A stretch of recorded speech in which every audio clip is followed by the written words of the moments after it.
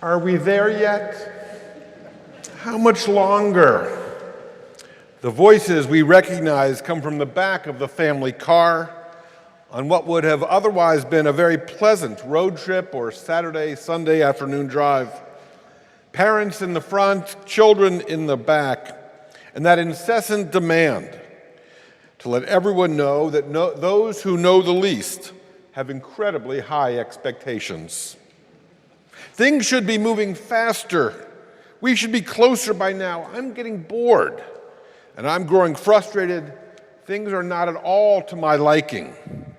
And were it up to me, you should know things would be different around here. If only I were in charge, if only I were in control, if only everyone else recognized what I see so clearly, we would be there already. Here's the scene as shared from the book of Numbers just moments ago. From Mount Hor, the Israelites set out by way of the Red Sea to go around the land of Edom, but the people became impatient along the way. Even after God had delivered these former slaves from their Egyptian bondage, even after God had walked them through the Red Sea, drawing their foreign enemies into the water behind them, there to be drowned, even after God had fed the Israelites with food that fell from heaven and was now taking them the final leg of the journey towards freedom, even then the Israelites grew impatient. They grumbled and complained. You can hear them now. Are we there yet? Significantly, the Hebrew tells us that these cries of the Israelites were as a result of their coming to be ketzer nefesh, which is to say they were dispirited, discouraged in soul. The phrase evokes a number of metaphors: a constriction of belief, a darkening of spirit, a sense of being dissatisfied, restive, impatient, implacable. To be ketzer nefesh is to be distressed, it is to be diseased and decidedly dissatisfied with the circumstances and the experiences one is having at present. So why were these former Israelite slaves so impatient and so unhappy upon the way? Simply because they felt that the life God had promised them, the kind of life they really wanted and were convinced they deserved, this reality wasn't coming fast enough. The path they were on, the course their life was taking, was to their mind longer and harder and more painful than they had ever expected, and the Israelites were ketzer nefesh as a result. They were restive and impatient because there was so much that was beyond their control, and they resented it. Those former slaves were ketzer nefesh. They were impatient because at bottom they had lost their faith. You see, impatience is not just a lack of patience. Impatience is a loss of faith. It is, of course, an amalgam of anxiety and often anger and fear, but impatience is essentially a loss of faith in the order of things. Or in the words of Bethlehem College and Seminary Chancellor John Piper, impatience is a form of unbelief. Impatience is what we begin to feel when we start to doubt the wisdom of God's timing or the goodness of God's guidance. Impatience, or becoming in Hebrew ketzer nefesh, springs up in our hearts when our plans or our expectations are interrupted or shattered, and may be prompted by something as insignificant as getting into the wrong lane at the checkout at the grocery, being behind someone slower than you would like them to be driving in traffic, or may come as a result of a sudden blow that knocks out half of our dreams. Impatience is frustration and fear, but most of all, impatience is a loss of faith. And in 2024, we know something about this. Indeed, you and I live now in an age when we might come to expect everything and expect it yesterday. When with one click we can get virtually anything delivered to our door within hours, when streaming services provide all of our media at any time and on demand, we live in a generation in which we can each create and fashion an individual world all of our own. And we can do it DIY, we do it ourselves, customizing our experiences such that we might even have come to reasonably expect that the entire world will shift and move to our pace and in keeping with our respective preferences. Is it any wonder, then, that the character exhibited in the desert by the Israelites is our current experience as well? We of little faith. The people grew impatient, we read in the book of Numbers, to which we might understandably reply, I hear you. Join the club. Get in line. Now, impatience can mean a lot of different things to different people. I recall that when I was younger, I was often impatient, eager to see change happen in my life and in my workplace. I believed then that impatience was a sign of my passion and my eagerness at efforts at doing things quickly or moving things along already. I believed this characteristic belied my ambition.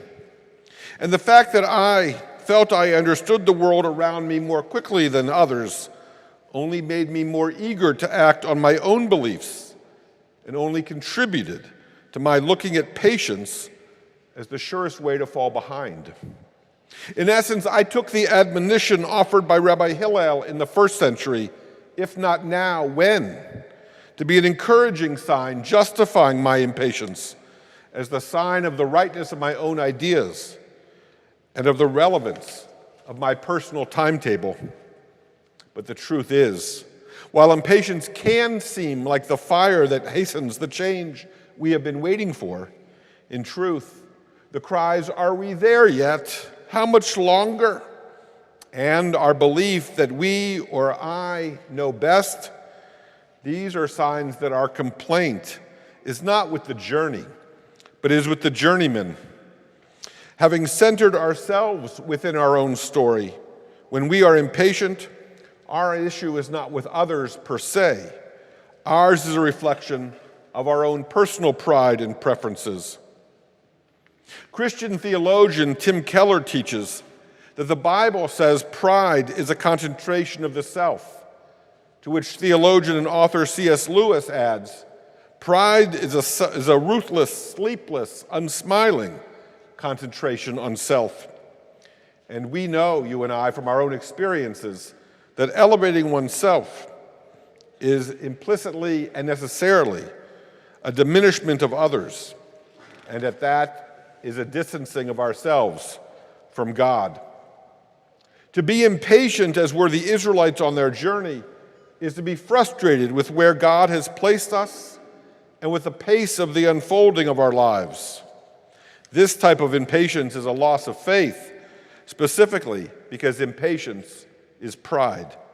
And while ambition and the pride that animates impatience may appear to be a virtue, in truth, pride is nothing less than vanity. And impatience is pride's symptom, for impatience is a claim that I deserve more, that I deserve better, that I know best. In essence, where impatience is a centering of self, the opposite of impatience is a deepening acceptance and a peaceful willingness to wait for God's plan to unfold in the unplanned place in which we find ourselves, and it is to travel with God at the unplanned pace of a journey that is more God's than our own. And to be other than ketzer nefesh, to be other than impatient, is to grow and to travel at God's pace and to be trusting that God is right here in this place. And so let us return to those impatient Israelites who, like the children in the back of the family car, plaintively pleading for us to be there already, and are also ado about what isn't happening for them, who are all out of sorts for the pace at which life is not unfolding and the place in which they now find themselves. For we know something about being impatient, about being ketzer nefesh, And we know something about wanting what we want now, yet not having it in hand. After all, we're human. There is an old Jewish legend that is told about a man named Yaakov. Yaakov lived in Krakow, Poland. One night, frustrated and impatient with his life, Yaakov, tossing and turning, has a dream. And in this dream, he foresees a treasure, a buried treasure, that awaits him beneath a bridge in a faraway city. And so when Yaakov awakes, convinced that his fortune and his future awaits him elsewhere, he sets off in search of the purpose in his life. He bids his family farewell and seeks to find his fortune to quicken the arrival of his future. Yaakov journeys some distance from Krakow and finds there the city and the bridge that he had imagined only a few nights before, and there he begins to dig. He continues digging for hours, or perhaps some say it was days, and then a man chances upon Yaakov and asks what he is doing. Yaakov explains his quest, to which the local man laughs and recounts his own dream, this one about a Jew named Yaakov who lives in Krakow, beneath whose floorboards in his kitchen lives a buried fortune.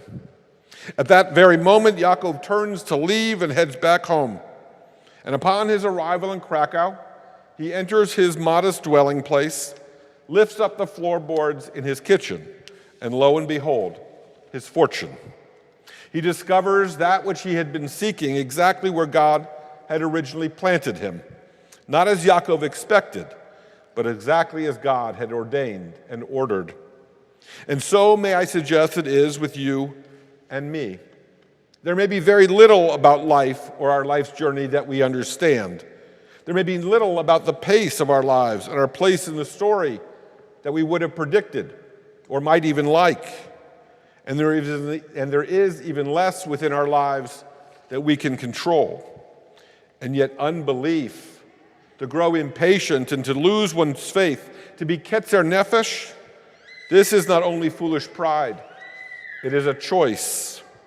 For when we center ourselves, our wants and our desires and our expectations, when we center our own person above trusting in the process, when we choose to elevate ourselves instead of accepting God's plan for our lives, when we hold tight instead of letting go and letting God, when we grow impatient and become ketzer nefesh, we are doing no other than making of ourselves and our wishes an idol, so to assuage our fears, but in so doing, necessarily distancing ourselves from one another, and in a very real way, distancing ourselves from God and the very life that is ours to lead.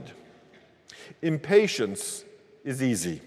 After all, we have our own ideas, we know our own thoughts.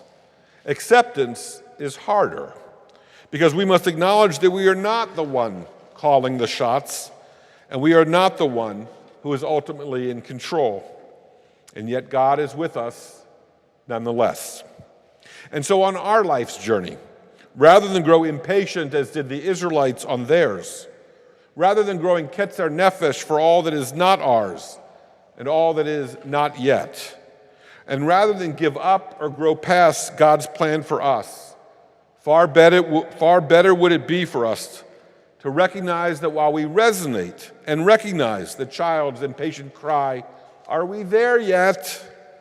as children of God, the more appropriate question and answer is for us to see that God has placed us exactly where we are supposed to be, such that our future and our fortune await us here and now, and all shall be revealed to us in good time and at a pace and place of God's choosing. Amen.